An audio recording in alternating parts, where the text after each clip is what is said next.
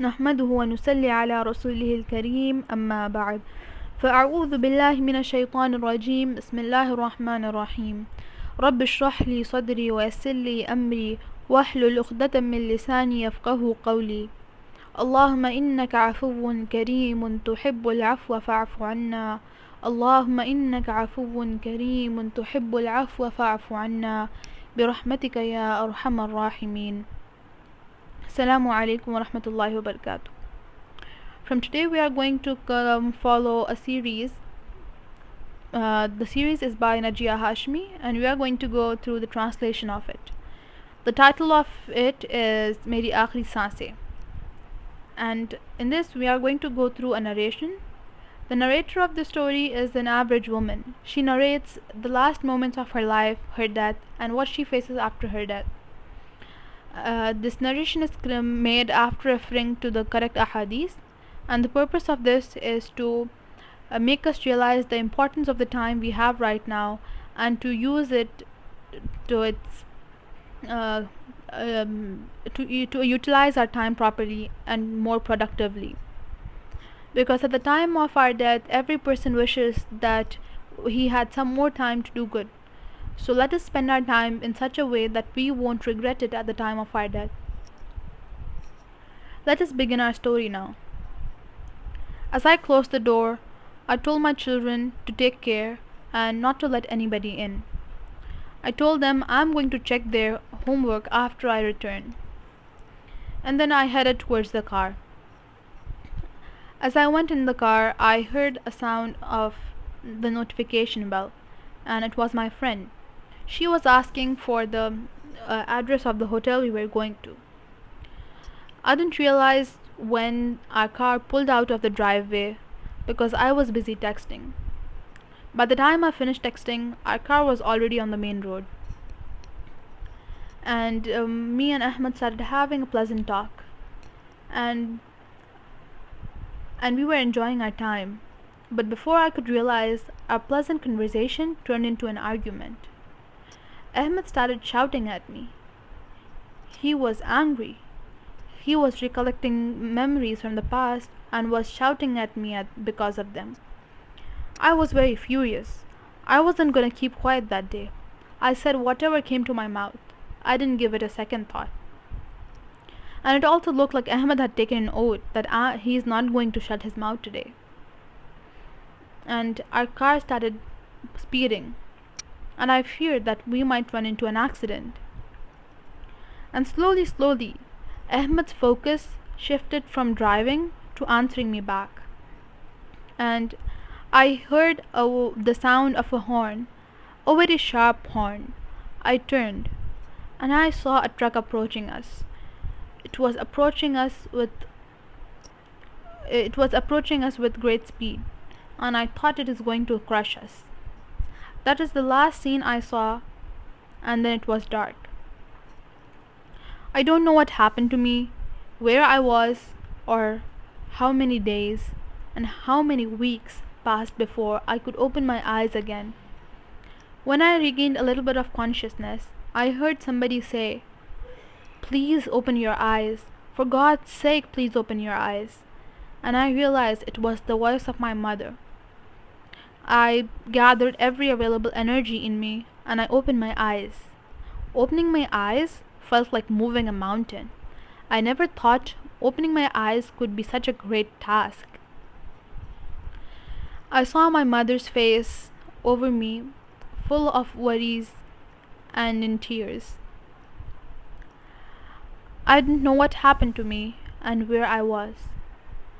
And then I heard the voice of somebody calling Mom, and I turned, and there were my son and my daughter standing by my left side. They were so helpless. I could see their faces in worry. I saw my brother, my aunts, my sister, everybody around me.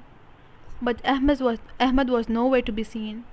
I wondered what happened to him, or where he was. I had a million more questions, but my tongue couldn't move. My tongue couldn't help me. I wanted to ask what happened to me, because all I felt was pain from my body parts. I looked at everybody and I thought that the room might be filled with our relatives. And my eyes couldn't be open anymore, and they shut. And my mother screamed aloud, "Asim, go call the doctor. Don't you see what happened to your sister?"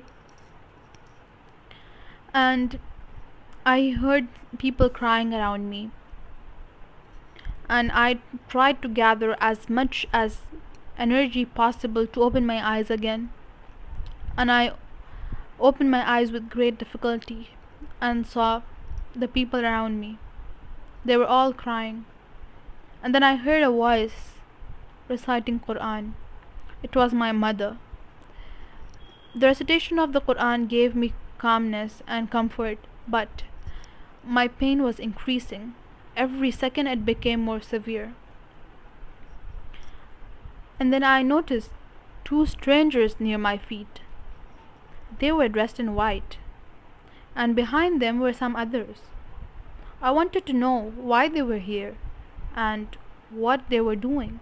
It looked as if they were waiting for something.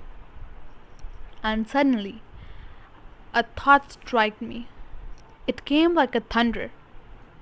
Am I dying now? No, how can I be dying now? I can't die now. I haven't even seen the world yet. My children are so young, they can't live without me. I am the center of my son's world. My daughter, she doesn't even eat food after returning from the college until she told me what happened that day. My mother can't live without me. She can bear seeing me not seeing me for some time. Half of Ahmed's responsibilities are on my shoulder. Is going to take care of them? So many thoughts came to my mind, and I began to wonder what will happen to my family after me. I didn't even tell them what to do if I wasn't around. I haven't even done enough yet. I want to do much more. And I saw people around me. They were crying. Everybody so helpless.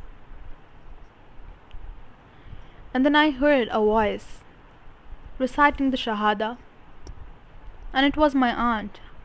I wanted to recite the Shahada, but my tongue couldn't move.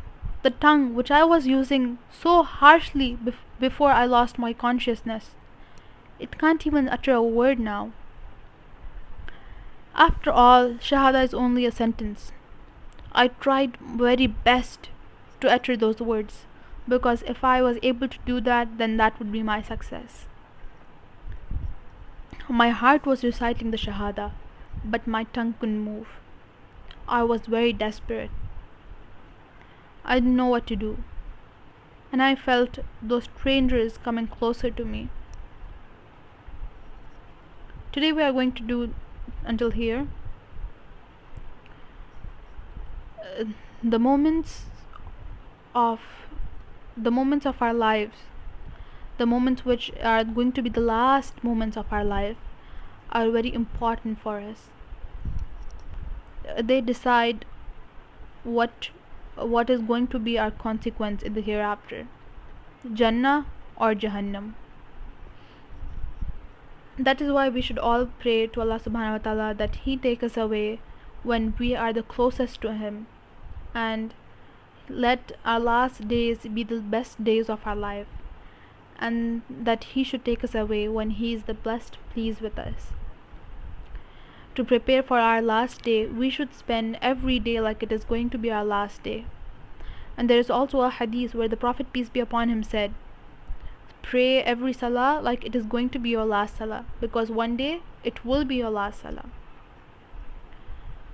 وآخر دعوانا الحمد لله رب العالمين.